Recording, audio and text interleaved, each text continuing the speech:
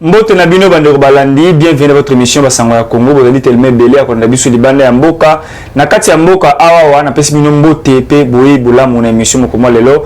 Na sango ya mawa vraiment na motema tisiko ko sala ngai pasi l'un de nous à Outikotika Biso, a comment déjà l'un de nous à la liste politique, à bon journaliste déjà, parce qu'il est juriste de formation aussi, même comment le lot a immorté avec cette émission avec tristesse. Na milibino ndeko Frank Kalolo na yende toko solo na bino par rapport à l'actualité mboka na biso yende ko bete masolo ya actualité mboka na biso ne ko le mboka na biso mingi concernant makambo sisi ya ndeko auto bengi na Tatu Ka Diombo. Ndeko Frank Kalolo, bonjour et bienvenue à Basanga Congo. Bonjour mon frère, bonjour na bandeko nyonso ba kolanda biso na ngonga oyo partout dans le monde bisiki bozali. Bonjour, bonsoir, bon appétit so bokolia. Ba o bazali na mesa na tongo ba ko déjeuner na pesi bino pe yango. Na sango oyo toza nango ya mawa nde yango bomoi biso na tongo lelo totelemi po ete to yebisa bino maikani e komeli biso na mboka na biso.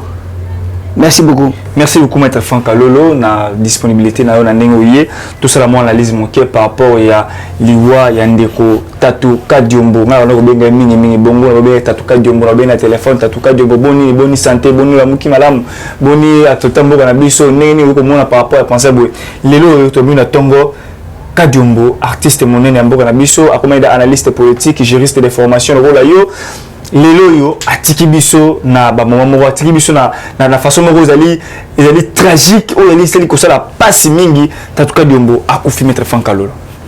Bien, yambona répondre yondeko na jina no na kizimu tu na ngai une minute de silence pour na mémoire ndeko Ka Diombo. Bien, ba imboka esengeli boyeba que na mboka na biso ba changer système mode operandi mikolo yo pona bato balingi ko lobela mboka ekomi assassinat ba changer système enlèvement ya sauté ekomi assassinat ekomi lisusu multiple formes d'empoisonnement pour que ba faire taire biso na kati ya mboka na biso. Et on se pose la question, si on ne parle pas dans notre pays to kendo blowapi au cimetière on ne parle pas, on réfléchit à ce qu'on a en vie moko za biso no surtout à cause de l'opinion politique, position ya mutu.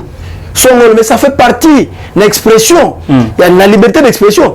Mais on ne peut pas comprendre que comme il faut fragiliser Batou, ce n'est plus des arrestations massives, ce n'est plus encore des enlèvements, mais comme il y a empoisonné Batou, mais finalement on est où là? On est où là?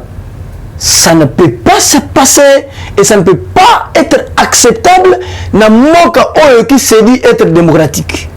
Donc moko oyo soki kaka mutu moko ba telemeli mutu fo bando bongo bato. Et vous devez tuer tout le monde. Tokoloba parce qu'il s'agit de notre pays. Et ce que nous devons se demander au gouvernement congolais. Le gouvernement congolais doit avoir ses réflexes. Il y a qu'on sécurise la population, le peuple. Tout à fait. Et lorsqu'on vous dit que vous devez sécuriser le peuple, même si vous avez une opinion contraire, d'ailleurs c'est là qui contribue au développement, à l'intervention, qui collabore avec le pouvoir public conformément à l'article 37 de la Constitution, tel que dit sous Sergili, vous avez l'obligation de nous protéger. Tout à fait. Ça c'est un droit. Et ça c'est la vérité. Et ça droit parce que tous ont contribué. Nous vous apportons la salle climatisée. Nous sommes sur le terrain, nous risquons. Et vous avez l'obligation, vous le pouvoir public, de nous sécuriser. On s'est appelé avec lui avant-hier. Il m'a appelé rendez-vous pour un dossier comme ça. Non, mais j'apprendrai dans les réseaux sociaux. J'essaie d'appeler sa grande soeur. Non, on me dit, mais c'est Maître Frank. Mais c'est solo vie à Koufi. On veut Max à Koufi. Ah, vie à Koufi. N'a pas eu numéro naïe. Papa est sonné, mais c'est sa femme qui me prend. Non, en train de pleurer. Mais on est où là? Donc on a peine d'être sur le togo bobo, bobo bateau. Oh, bah, qui Maître Frank Kalolo. Et ça passe comme ça inaperçu. Parce que tu as mis sur opinion, il y a Moutou Songolo Pakabab. Non, il faut essayer les cils. Ah, bien, nous avons attaqué Batou. Et bon, ce qu'on s'occupe, on peut écouter la légitime défense. Mais là, à ce moment-là, vous, le gouvernement, vous allez dire que Moutou a paix à Zongi Sali Bango. Action conventionnelle. On écoute un dit Kuba Kuba. On joue pendant Kuba. Pas, bien, nous avons besoin de besoin. Là, c'est mon malade, le gouvernement, au téléma. bon non mutu wana yepe azongi se mettre franc kalo azongi se lepe bango babo mabatulio sauter. Et ça, si vous voulez nous amener à terrain, tout c'était, moi je ne peux jamais mettre je vais parler parce qu'on n'est pas au service des individus. Ici, nous défendons la République. Non, on sait que les noms d'un individu, parce que loi ou anakak, ma opinion n'est kak. Parce que quand vous suivez, ils ont la bande de cola, ils ont la moitié, ma côté de bango nandako. Balobi batindi biso to bon biso bon to bon mayo po yo ozo tele mela proposition de loi o ya nani ya ozo sala commentaire mingi na proposition de loi ya nani ya ndekono le chan na lobia kadi yo mona isa bino bobota na la tata na bino ba congolais na maman na bino ba congolaise moni ba fantir biko est-ce que il faut s'imposer dans ma belle bateau? Vous n'allez pas vous imposer. Ça s'est passé chez moi au Kassai central. Rappelez-vous la Kamona Sap. Quand on va chader, ça va vanter la barre pour que non, mais Kassai n'ont pas cédé. Nous avions accepté de mourir pour défendre notre sol. Et ça sera ainsi. Vous n'allez pas nous exterminer tous. Bon, c'est ce que je veux dire. So bonikadium. On krobomangate. On ne va pas faire taire Minokaba Congolais surtout. Trop c'est trop les gouvernements congolais, chefs de l'État. Ça, nous risquons nos vies pour que toi accompagner vos continuons et que les liboso. Moi, que c'est développé et l'on a l'institution de la République. Et vous avez l'obligation de nous protéger. De comment nous faut pour un individu. Un individu, on a un bâton, il est bien armé. Non, mais c'est aussi que les noms. Généralement, on a besoin de bango. Parce que je me réserve de citer les noms, il y a un individu, tout ça dans la banquette. Et il y a un décocabium. Sans que l'autopsie soit salée. Tout à fait. Vous devez définir les circonstances. Et ça sera en charge du gouvernement congolais. Ailleurs, traitement, c'est gratuit. Santé, santé. Hein? Et c'est gratuit. L'assurance maladie, c'est gratuit ailleurs. Et ça sera ici. Quand le monoko est à Koufi, beaucoup kundaye bongo te sans que le gouvernement te rappelle, te prendre le gouvernement à témoin. Parce que malheureusement, quand le moiseau il ne défend pas les intérêts de sa famille, mais c'est de la République. Donc le gouvernement a tiré par intérêt. Pour que ça la malade. Nous venons vous révéler pour que tu travailles en collaboration. Nous collaborons avec le pouvoir public, c'est tout nous Sergili, conformément à l'article 37 de la Constitution. Le gouvernement congolais, le gouvernement central, toutes les institutions de la République, vous avez l'obligation de sécuriser Rabisso. En commençant même par la présence de la République. Vous devez le sécuriser. Nombreux sont là, ils ne pensent même pas aux propositions de loi, projet. Mais nous, on se poumon, sans financement, sans quoi nous le faisons pour l'intérêt de la République. Tout ça, va sécuriser Rabisso. On ne vous demande rien si ce n'est que la protection. Vous devez le protéger, vous, le gouvernement central. Et bah, on va nous couper à bout. Si que ce qui va y avoir une épée, nous avons besoin de Kuba. Vous avez compris? Ce qui nous comme à ce moment-là, le gouvernement avec un satellite. Non, ça fait très mal. On ne peut pas accepter tout le monde parce que tout le monde les institutions de la République, le pouvoir central, vous avez l'obligation. Je dis bien l'obligation de nous sécuriser. C'est nous le peuple. Nous pour la opinion. Mais finalement, c'est ma Congolais surtout. Moi, je vous annonce déjà. Ce qui m'a yé, parce que moi, je suis depuis quand depuis longtemps. Depuis le je dis, je trop, je vous comprenez? Boti me ka baya. Ouais, on écoute la bonne action conventionnelle peut casser la raille et qu'on soit habillé. Et à ce moment-là, on va mettre mon psycho. Bien pas mon zone en dame. Maître Frankalolo, na moza wana kanda makasi. Non, je vous dis. Wana kanda makasi. Moi, je suis le fils d'un chef coutumier. Je vais énerver les enceintes. Alors ne me poussez pas. Ne me poussez pas dans les enceintes. Et vous croyez que vous avez un monopole à bon bâtiment surtout. Rappelez-vous, et même aventure, ils ont parce que si on veut défendre la mort, nous allons défendre notre pays. Là, na Koloba. Bon, les sous-soupés. Oui, vous avez la nana, bon, les sous. Nous allons vivre dans la moule et remettre dans le pan, on a eu moula. ebeti Kinshasa mobilité obete na kasa lupango na yo bato na ndako na yo ekopikulam yo kende Kasai. Ça je vous annonce. Comme si vous avez besoin d'un habileté pour bandobo biso et puis gouvernement ils ont côté pour makambo sécuriser bisoté. À ce moment-là les enceintes maintenant vont nous sécuriser. Et on va voir là où nous toquons. Donc, motoye botozo le makambo et amboka na biso boka kende liboso, il faut commencer par nous abattre. Tobomu mutu. Bon, on m'a comme net miamamo soso, il a perçu les gars. Vous croyez que nous on sera content? Biso se défendre makambo parce qu'on a beaucoup d'adversaires. Et nous allons accepter comme ça. Mais quand il a été attaqué par les personnes non identifiées, mais tu vois qu'il démarche moi où était que nous avons dénoncé que non, Max Kadiongo a attaqué, Max Kadiongo a côté l'andak va tuer pour nous. Son fils a parlé.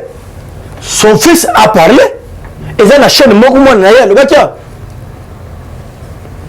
Mais gouvernement va tirer les câbles. Va comprendre la tête. Donc bonjour mon gars, bon marabi sono surtout ce que bon tirer la bureau climatisé quoi. Bon comment banane. Et s'il faut faire taire tous les Congolais parce que toujours de la makambo ya projet à loi Tchani. Mais c'est quoi? Moi quand il y a verrouillage ça l'a raté. Même au ciel il y a des conditions. Il y a des conditions. Bible on mon Bible on me zara ba condition. Bible donne ba condition mais pas on même les cambo pas ensemble. On se bolam. Donc Congo n'est poubelle. Bon ça ba nationalité sur 80. Donc, nous avons bourgeois en hauteur. Donc, parce que vous avez des millions d'argent. Vous pouvez avoir des millions d'argent, mais vous n'avez pas le monopole des enceintes. Ok? Je vous mets aussi en garde. Nous ne pouvons pas rien. Ça, je vous assure. Vous n'avez rien. Ça, je vous mets en garde. Maître Franck. Vous pouvez avoir vos millions de dollars, mais vous n'avez pas le monopole de Dieu et un monopole ancestral. Voilà. Ne poussez pas aux ancêtres de s'énerver. Merci beaucoup, maître. Moi, vous m'avez makasi, surtout qui t'a mon. Ne poussez pas. Qui t'a mon maître. Vous savez quand tu es venu dans mon côté. On m'a dit makasi, maître. Vous savez quand tu es venu dans mon. Au moins il y a quoi. Même au Sakanaga, maman, on m'a belé. Là, nous avons la chef coutumier. Naïbi, qu'est-ce qu'on appelle ma belle? Naïbi Bokoko. Alors ne venez pas ici. Bonjour mon bateau. Makamo il y a proposition loi Noël Tchani Tchini pour endosser wana. Et ça makamo ya Bukoko. Et ça makamo makila c'est ancestral. OK. Si vous n'avez pas des ancêtres congolais, restez. Bah même liberté. Mais vous allez gouverner. Est-ce que ta mosso va commencer à mener mon télévision? Personne. Moi créer ma partie pour dire mon télévision. Personne qui est dans un bon belé d'accord candidat président. Parce qu'il faut que à cause d'un individu, vous voulez sacrifier toute une nation. Et que Simbate. Et le corps est bien besoin de Mandouki, besoin de Michel Botin, de Batouana. Batouana va s'appeler Makassi. Ransa appelle Makassi. Ransa aurait donné un téléphone en aïe, n'a toujours le Moroboui, aux alliés. Bien besoin de Bino. Vous allez Makassi. Déclaration mon corps. Que je risque des formations comme ça quand même analyse par rapport à Yango à ça qui déclaration mon corps na Facebook a commis vraiment il y a 2 jours passés a commis à tous les unités catholiques. Désormais nous sommes au front. Retenez que tout peut nous arriver à tout moment. Suivez le discours du président de l'Assemblée pour la République devant le député. Tout est clair. C'est notre mentor qu'on veut écarter selon la loi Tchani. Nous ne nous laisserons jamais faire. Le mot d'ordre est donné à tout moment de là où vous êtes. Venez mener des actions. Faites tout ce qui passera dans la tête. Voilà. Ça c'est très grave. Hein? C'est très grave. Jacques Ndala ici que vous voyez, il n'a pas de position. Il n'y a pas longtemps il y a démissionné dans l'ensemble là. Ouaza Sousso, président et la jeunesse en dynamique à tout le monde. Vous comprenez? Jacques Ndala n'a pas de position. Et avec de telles déclarations, nous prenons ça. On a pris acte de déclaration à EO. Va continuer. Vous allez regretter. À continuer. Vous savez, ça dit bon, menacer les gens dans une république sérieuse. Déclaration non, j'ai dit ceci. Au moment de la déclaration, on a au fond de Jacques Ndala. nga nazo funda déjà kindal ya to sengi autopsie biso Sergi to commis to fundi autopsie nous défendons toute personne dont ses droits sont bafoués et ça ici nous défendons les institutions de la République vous comprenez. Nous dénonçons et nous saisissons la justice pour tout comportement contraire aux lois de la République. Okay. Ça, c'est un comportement contraire aux lois de la République. Donc, on sait là, on a le bilan à mitou. Ok. Ni les autres, le bilan à mitou. Jackie dans la ressemble, qu'on a la tibis, on a le bilan à mitou. Et comme ça, baye bango ne soit pas bon mangai. Je vous assure, je vous dis vrai, et ça sera une émission historique. N'a pas fondé, n'a pas déclaration. Parce que, bazo ciblé ce qu'on dit. Donc, l'accès public, qu'est-ce qui leur vient en tête? Donc, ceux qui défendent la loi proposée donc,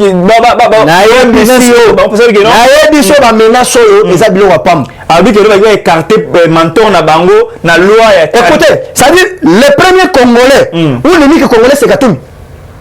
Qu'est-ce que vous voulez me dire dans ce pays? Je vous parle que je suis le fils d'un chef coutumier. Et dans ce pays, nous évitez ça. Non, l'unique Congolais, on est comme intouchable, qu'on ne peut pas parler parce qu'on parle. Qui a cité le nom de Katoum? Pourquoi les autres sont en combat Katoum? Pourquoi ils ont soit Bangonos? Ils ont les Bangos en tête. Ils ont fond de Jacquinda. Les miens ont déposé plainte contre Jacquinda. On dit la tika à terre. On a tika à terre. Attends, moi, la chaîne de comment vous avez mis la place, vous pouvez me tuer publiquement. Donc, il faut répondre à ça. La zone émission, la tika à terre. Lundi, quand la déclaration à Jacqueline Dalaou, il va comparaître. Et je verrai comment Katoum a tiré le sur la magistrat Bakangaïti. Toi, tu as besoin on reçoit des menaces de mort, mon téléphone. Je vous mets en garde. Et je vous dis aujourd'hui, vous pouvez blaguer avec tout le monde et non avec le pouvoir ancestral. Ne poussez pas à énerver les ancêtres. Allez chercher l'argent là-bas. Pourquoi sécuriser la si vraiment vous voulez devenir, papa, avec Babylon comme ma mère très beau, nous avons comme président de la République, comme banane. Pour un seul individu, faites tout ce qui vous passe. Moi je vous dis, rien. Ce qui peut menace, il y a un menace, et pas dans l'ail, beaucoup de temps à continuer pour le baboué. On comprend, on compte la Lizibamaï, beaucoup de Moutakala la tombe. Et vous allez regretter. Alors, c'est le premier épisode de film où vous comprenez que les ancêtres parlent. Vous blaguez avec les gens dans ces pays. Donc, nous pouvons blaguer et réfléchir. Vous pouvez nous empêcher tout, sauf de réfléchir.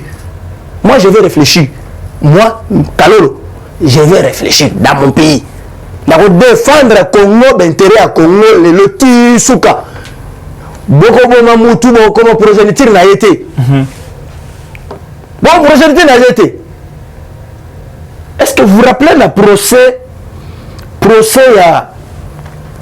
il y a Karine Azosam. Et aussi Mukendi. Ça passait le temps. Procès il y a Chébé. Bamou le leki est belé. Bah général le bakangamité. Est-ce qu'il s'attendait que bako kanga? Bandimalité, hein? On ne blague pas. On se comprend. Bisous toi tout à l'heure. Bisous tout le monde intimidaté. Pourquoi intimider n'a pas monté? Jacqueline Dala mettre fait comme Jacqueline Dala na édition jamais. Jacqueline Dala bisous kozo kangai. Na ba déclaration na yo sali. Na ba menace no so biso zo. Lundi je dépose une plainte contre toi.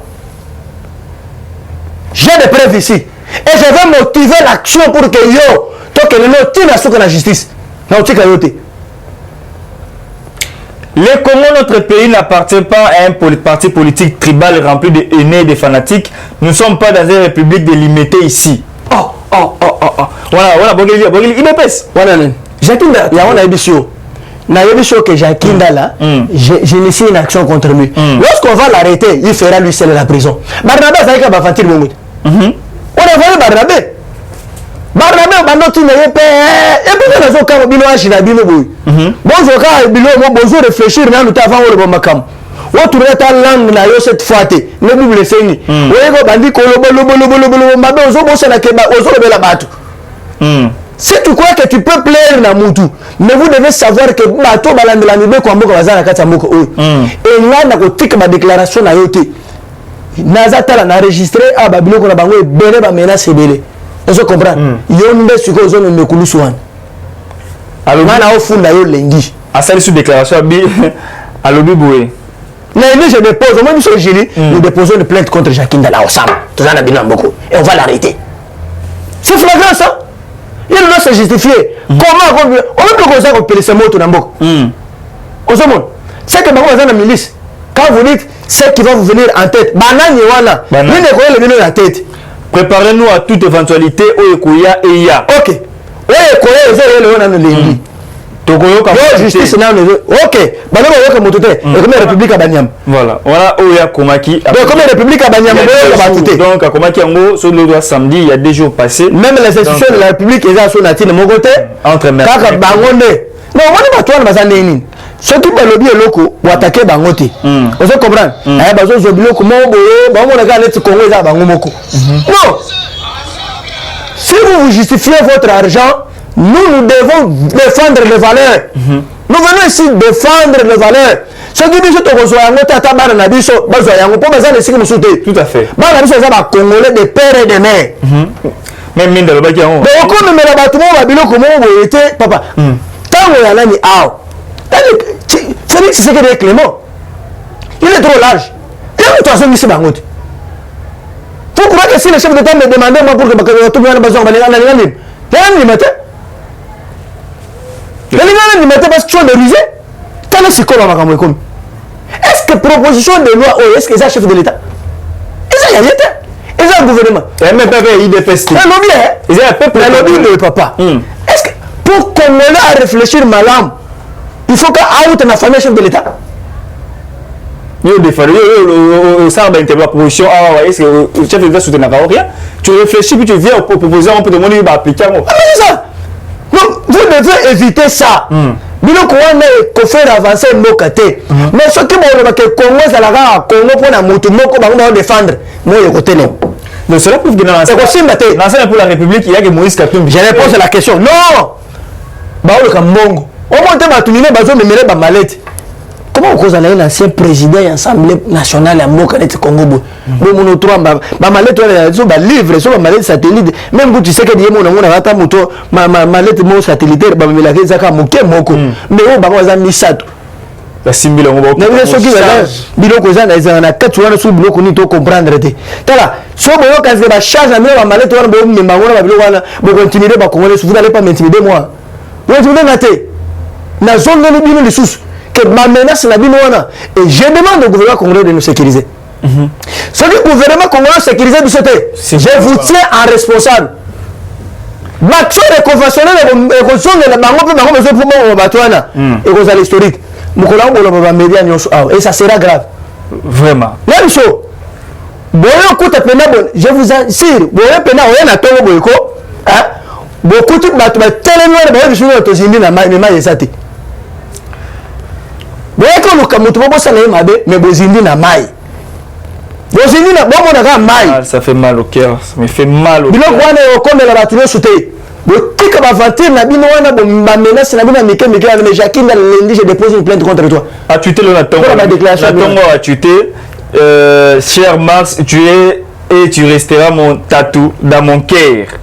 Nos divergences politiques nous les manifestons pour l'intérêt de notre pays. Ah voilà il est reconnu ça c'était un fait.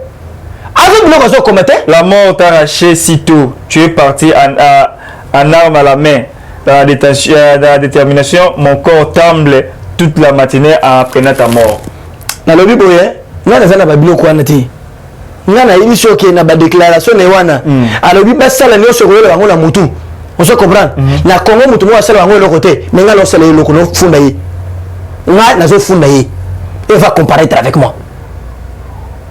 Parce que l'objectif à Sergile, nous dénonçons et nous saisissons la justice pour tout comportement contraire aux lois de la République et portant en tête à l'autorité publique. Ça c'est un comportement contraire aux lois de la République. Donc, le bon moment, bon menacé. Et Kosimba donc ça la prêt parce que baby sonin lundi ngana yo na parquet avant la Bible tala on a 4 milliards no bete action na 4 milliards côté caméra kenara na émission na 4 milliards mais eza ressort na yet on a 4 milliards Sergili dépose une plainte contre Jacques Ndal qui va accompagner au joueur na émission lundi Sergili dépose une plainte contre Jacques Ndal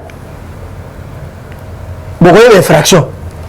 Tout ça dans le monde de vidéo, ça circule le monde. Oui, partager le monde. Il doit répondre. Il doit répondre de ses actes. Tout comme le tigre, vous devez commencer à nous menacer nous tous. Papa, vous savez, ne rêvons pas les ancêtres. Ça, je vous dis. Kabila na bato na bakoko sisi bato kamona saputé. Bakoko sisi bato kamona saputé. La blague wana ne nerve pas les ancêtres. Comment ils sont collés les sous tête va surtout réfléchir au kangi bato no. Après so boluki enlèvement et simbité au momi bato. Au seul ba poison na bino. Oh ndeko. Ezani na moku. Bato ko ba bomba ba poison. Bato zo ku fenete bambizo. Muto le bele bango azate. Ça fait mal comment non à la muki boye batingene mutu avant ni nanda kuna ye ba côté les cas après monsieur Salah mais c'est ce que je vous dis batozo tonga ngai omuni ye Frank wana mutu amuke wana social ye mabe o minga na tele pembe na bango bon menace que le ça mabe ala ko tele pembe na bango bango na ngai ba ye dinga boy minga pembe na bango bazo bangati alors il faut faire très attention faut faire très attention. Donc, vous pouvez tout m'interdire. Un non m'empêcher de réfléchir. N'a qu'à réfléchir. Tout à fait. Bah, vanter la bino na bossa la wana. Mais parce que, c'est comme si bango si connaît bazar puissant que le kabiso. Gouvernement congolais, je vous prends à témoin. Sécurisez-nous. Nous sommes allés défendre les institutions de la République. Nous allons apporter un plus pour que nous puissions profiter à ta intérêt pour que nous puissions. Vous avez l'obligation de sécuriser Bissot. Ce qui vous sécuriser Bissot, à ce moment-là, et vous allez m'avoir. Pour l'AIP, na kotikate bato menacé là. Na kotikate. Merci beaucoup. Quand on a kotikate, je ferai appel aux ancêtres et ça sera grave. Mais je vous dis que nous avons un chef coutumier. Vérifiez, nous avons bien. Moi vérifiez la blague, nous avons un chef coutumier. Et ne poussez pas aux ancêtres de s'élever. Je vous dis bien. Mon nom c'est Franck Kalou. Je suis du territoire de Louise, secteur de Bambaye, groupement Anakazad. Ne blaguez pas avec les gens.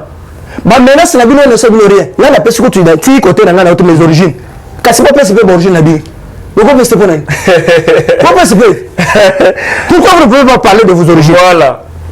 Ngala la moto ya Kasai Central kuna na village ya Kamwandu. Voilà, village d'Angaï. Donc, c'est un village. Vous avez voilà, maintenant, il faut que l'autre fois, sous commission, c'est comme moi, Lélo. Babi, loi Noël Chaniwana, et les lois ma division, et ma fragilisation, ma balkanisation, en Bokanabiso, loi Morobo, et les points de carte, ma candidat potentiel, Félix Tshisekedi, loi Morobo, pour Rolongo, la Rotumous, Nakati, il y a course, il y a élection, il y a ce qui, Parlement et voté loi OET, tu ressens là-bas dissoudre les locaux. Ça, je vous dis vrai. Ce qui m'a beau dissoudre, tu as hôtel Misamo, tu as un référendum. Peuple me conduit à voter. Peuple me conduit à voter. Bako bando dicté biso na kati mon côté. Pour réfléchir, les attaques me conduit à moka biso ça la boyo ça te to ko réfléchir parce que okenanine. Balobi que awa na moka o. Ba pesi privilège na double nationalité. Ba tu va évoluer. Wana baso bela mo avantage te. Ba mo na ka ba tu mo ozana ba côté ozana ba nenité obimi mbala moko boye o komi président de la République. Mais c'est un démon total abino. Na biso lundi na tongo Jacques Ndala ngana yo na parquet général. Une plainte contre toi parce que la déclaration na yo elles ont porté atteinte. Nous avons l'obligation de dénoncer, de saisir la justice pour tout comportement contraire aux lois de la République et portant atteinte à l'autorité publique. Jackie Ndala aleki bato nyonso na kati ya mboka te ekoya na ye mpe lendi na parquet. Je te mets en garde ba menace na yo wana kosamba lendi ngana tika bitumba nokite mutu wa pekisa nga za te. Je suis congolais, j'ai mes origines dans ce pays. Il faut se défendre. Il faut expliquer. Na militaire ensemble eux mutu bosala. Na biso na cause la même mille fois congolais. Naza ata na ba koko ba bota ba koko na nga ba payate. Boko saka na bato na moko te.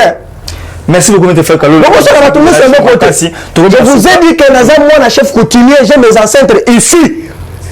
Le gouvernement congolais a l'obligation de protéger, de sécuriser, nous sommes accompagnés du gouvernement pour que vous réalisez mission la bino.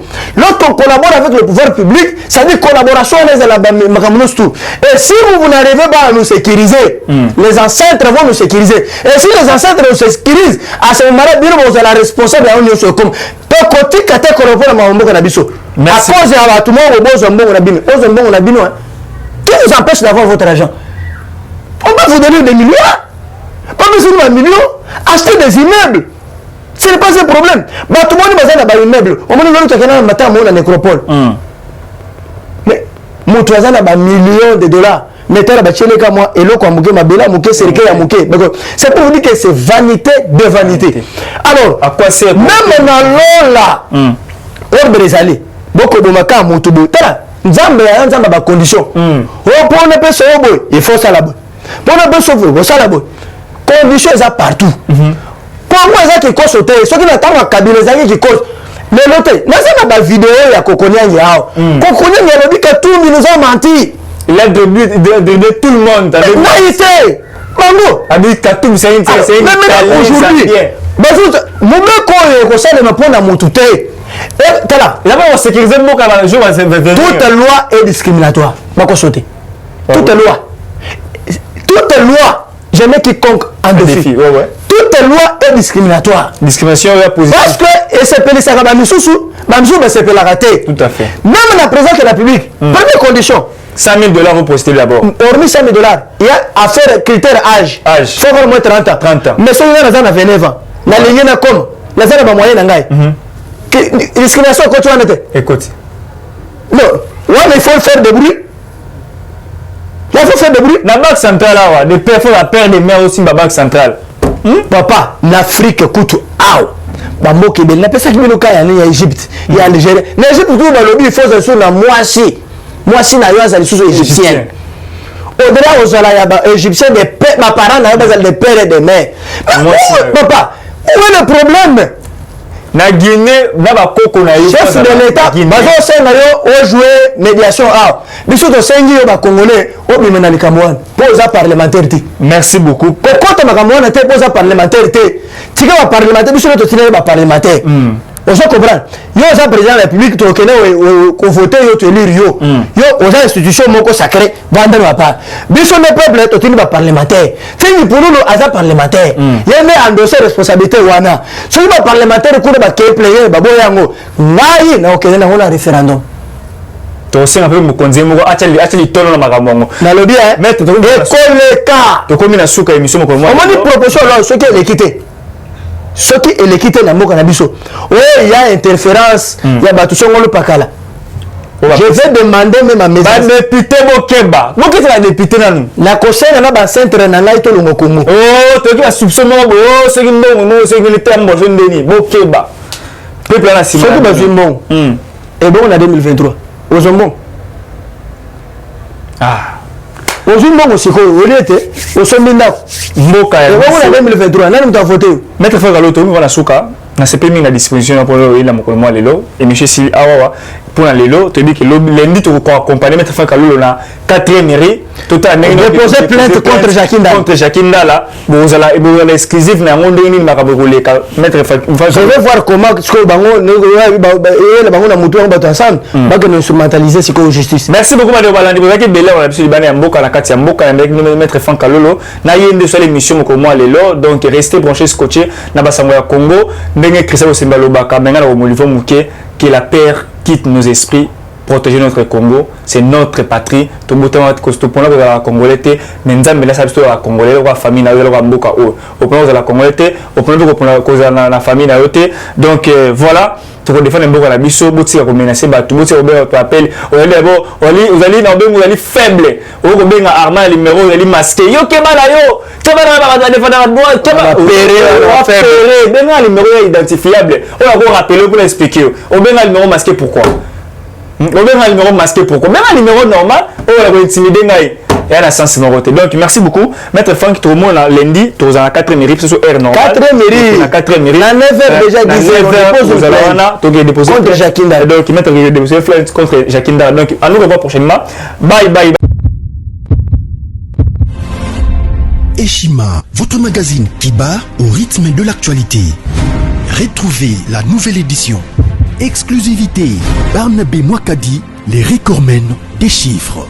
Jamais la forte mobilisation des recettes et les performances de la Direction générale des impôts n'ont défrayé la chronique comme c'est le cas maintenant. Des exploits jamais réalisés sont atteints depuis la nomination du nouveau directeur général Barnabé Mwakadi Mwamba. Classé meilleur élève par l'inspection générale des finances en mobilisant 1100 milliards de francs congolais pour le mois d'avril, le directeur général Barnabé Mwakadi a sorti les grands jeux en mettant en pratique ses 27 ans de carrière au sein de la DGI. Il connaît les secrets des chiffres. En un an, plusieurs avancées sont réalisées. La traçabilité de recettes grâce à la numérisation et la digitalisation de la procédure des déclarations et paiements d'impôts, l'amélioration, les renforcements de capacités humaines et institutionnelles, la lutte contre la fraude fiscale. Le directeur général de la DGI, Barnabé Mwakadi Mwamba, veut répondre au mieux à la vision du chef de l'État Félix Tshisekedi grâce à une gestion orthodoxe. Focus, José Mpanda, blanc comme neige. Interpellé par l'Assemblée nationale, le ministre de la Recherche scientifique et innovation technologique a réussi à démontrer le réel problème de l'observatoire volcanique de Goma, mais également la nécessité pour l'exécutif et l'autorité budgétaire d'accorder à la recherche scientifique la place qu'elle mérite sur le plan budgétaire. Parité de Joseph Kasavubu à Félix Tshisekedi, les premières dames et les rôles prépondérants. Nation, Bukanga Lonzo, quelle suite après les refus de la levée d'immunité du Sénat? Enquête, l'Office congolais des contrôles se perd dans sa mission.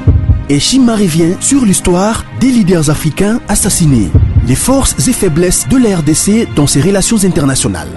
Culture, rituels et coutumes des Bashi. Retrouvez l'intégralité du magazine Eshima dans les kiosques. Eshima Magazine, un nouveau standard d'information.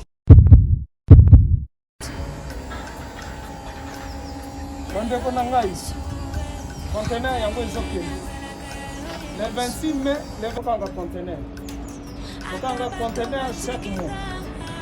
Donc, next ekozala le 26 mai. Olingo tinda velo. Mutuka, please aussi au Kangi. Biloko tout pour même cannabis. Benga biso, comme ça, toya, so même biloko tout tinda la Congo.